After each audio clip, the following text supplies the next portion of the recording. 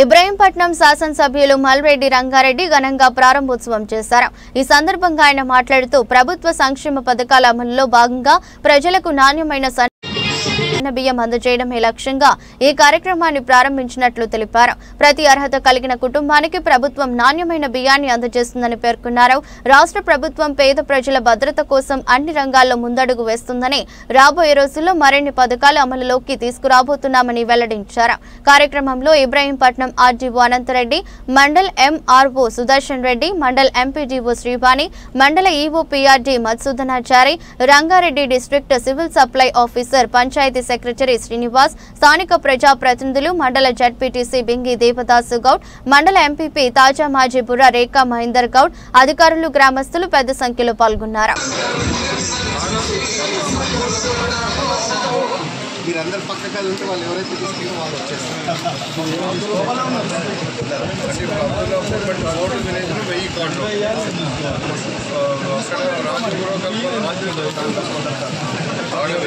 వాడెవరు dealer Saida Reddy రెండు షాపులు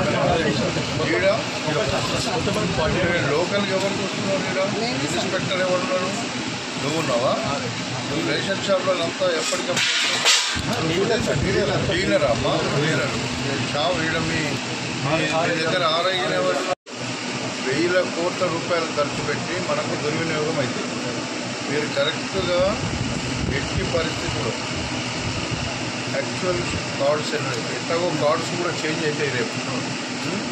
అంతలో కూడా మీరు నాకు కాన్స్టిట్యున్సీలో విలేజ్ వైజ్గా హూ ఈజ్ డీలర్, వాళ్ళు ఎంత బ్యాక్గ్రౌండ్ ఏముంది, ఎన్ని చేసినారు, ఇప్పటిదాకా ఎట్లా చేస్తున్నారు, విత్ మీ వాళ్ళతో ఇన్ఫర్మేషన్ తీసుకొని ప్రతి దగ్గర మొత్తం మండల్ వైజ్గా, విలేజ్ వైజ్గా, మున్సిపాలిటీ వైజ్గా ఆ షాపులో లిస్ట్ ఇవ్వాలి. ఆర్డీఓ గారు, నేను ఎందుకు చెప్తున్నానంటే మనం ఎంత డబ్బు ఖర్చు పెట్టినాక కూడా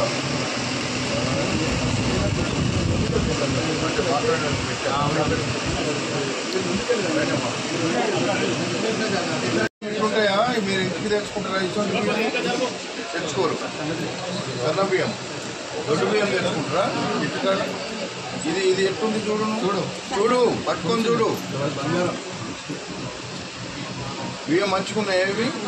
ఎప్పుడు ఇంకా లేకపోతే నాకు చెప్పండి మళ్ళా. అర్థమైందా? నువ్వు కూడా పట్టుకో. ఒకరు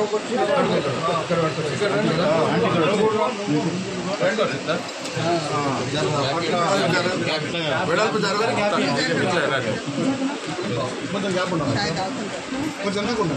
కొంచెం పట్టుకో బ్యాగ్ అక్కడ చూడండి.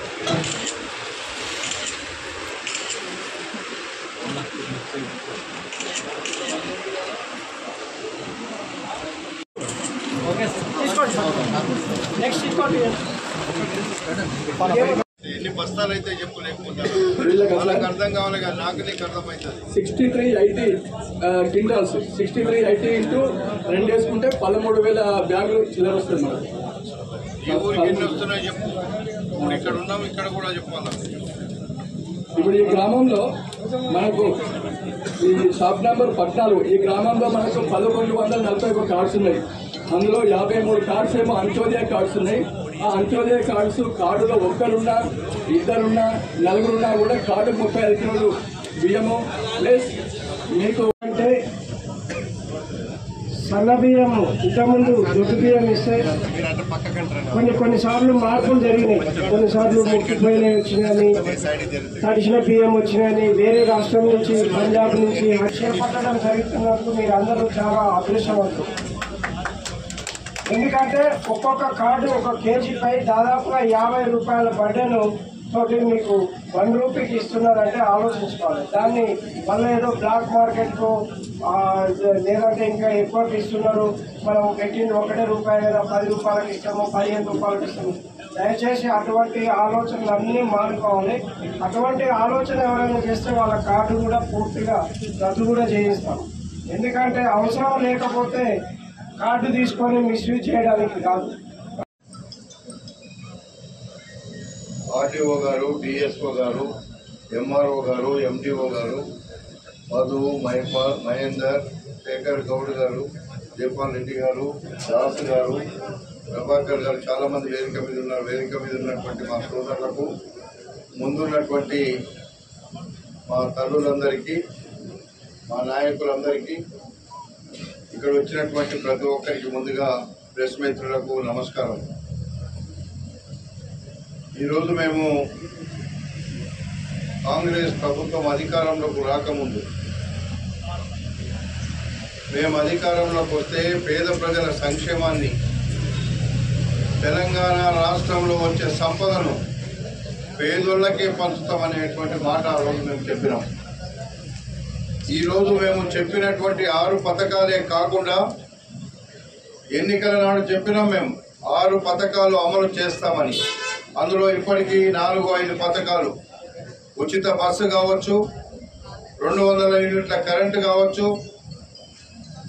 500 రూపాయల గ్యాస్ సిలిండర్ కావచ్చు, రైతులకు రుణమాఫీ కావచ్చు, ఇలాంటి పథకాలన్నీ ఇంకా కూడా మా మహిళా తల్లులు చాలా మంది, ఒకప్పుడైతే నేను ఎమ్మెల్యేగా ఉన్నప్పుడు ప్రతి ఊర్లో మహిళా గ్రూపులను ఉత్సాహంగా ఇట్లా చెప్పితే 100 మంది వచ్చేవాళ్ళు మహిళా గ్రూపుల్లో.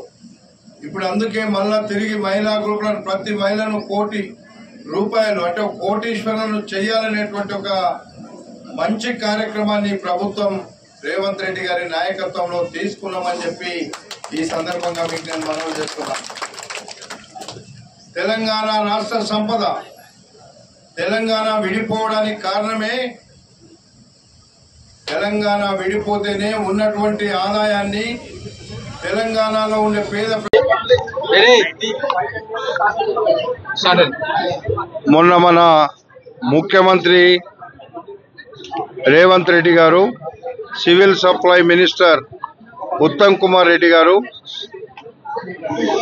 నల్లగొండలో ప్రారంభించినటువంటి సన్నబియ్య పంపిణీ కార్యక్రమాన్ని ప్రతి నియోజకవర్గంలో, ప్రతి గ్రామంలో, ప్రతి పల్లెలో ఈ యొక్క సన్నబియ్యం కార్యక్రమం, సన్నబియ్య పంపిణీ కార్యక్రమాన్ని మేము ప్రభుత్వం ఇచ్చే పథకాన్ని ఈరోజు మొదలుపెట్టినాం.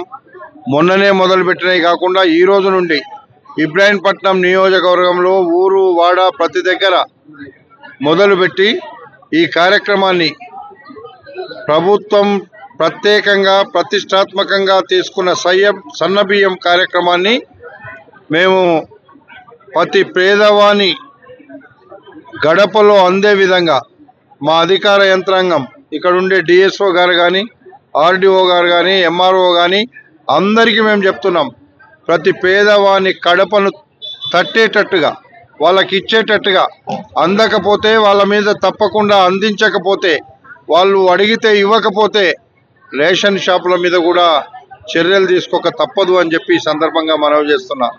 ఇప్పటికే ఇక్కడ అబ్దుల్లాపూర్ మెట్లో 3 రేషన్ షాపులు ఉన్నాయి. ప్రజలు ఎక్కువగా ఉన్నారు కాబట్టి అతి త్వరలో ఇంకొక 2 రేషన్ కార్డులు, 500 దాటితే ఒక కొత్త రేషన్ కార్డు ఇవ్వాలని మేము నిర్ణయించుకున్నాం. ప్రభుత్వం నిర్ణయించింది కాబట్టి ముఖ్యమంత్రి ఆదేశాల మేరకు మిగతా షాపులను కూడా మా సివిల్ సప్లై శాఖ మంత్రి మా ఉత్తమ్ కుమార్ రెడ్డి గారు ప్రతిరోజు ఈ రేషన్ షాపులు ఎన్ని పెట్టాలి, ఎక్కడ పెట్టాలి, ఎట్లా పెట్టాలి, ఏ పద్ధతులు ఇవ్వాలి, మేము రాబోయే రోజుల్లో ఒక ఐడి కార్డు లాంటి కార్డు ఇచ్చి అనుసంధానం, కంప్యూటర్కు అనుసంధానం చేసి అవకతవకలు జరగకుండా కూడా ఈ యొక్క బియ్యం పంపిణీ కానీ, ఏదైతే సివిల్ సప్లై ద్వారా పౌర సరఫరా అందిస్తున్నటువంటి ప్రతి ఐటాన్ని, ప్రతి ఒక్క